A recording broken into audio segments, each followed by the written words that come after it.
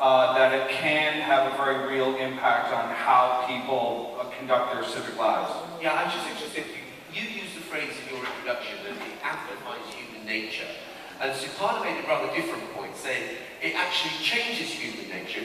I mean, if you go to the United States of America, people are very polite, they're respectful, they are charming when you meet them. And you see them on the internet, and they are taking chunks out of each other.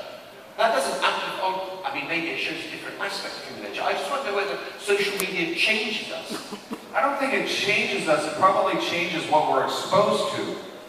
You know, for example, you could have a neighbor who 20 years ago was racist, and you could live your 30 years down the street from them and never know that. Whereas now, they could be posting horrible videos online, calling for harm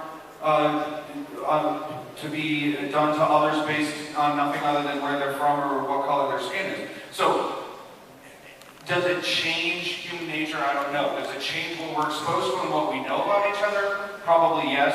And then hopefully in the larger arc of this, just like every tool that's come along, be that the mail or the phone or television, it will ultimately feed into more informed decisions, better engagement, and kind of the larger progress of humanity. And just one other question, so I don't want to but it's just that America is so the social media is so much more developed there. Just talking about it in political terms, would it be acceptable in America for, you know, I don't know who it's going to be in 2016 in the election cycle, but say, you know, in the most recent one when it was Obama-Romney, would it have been acceptable for them to just put stuff out there but never respond? So in Suparna's word, they were speaking but they weren't listening.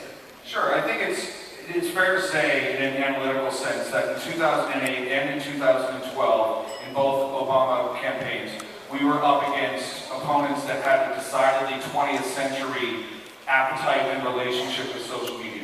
They still viewed it as a one-way street of this is who we are, this is what we stand for, this is when we're coming to your town.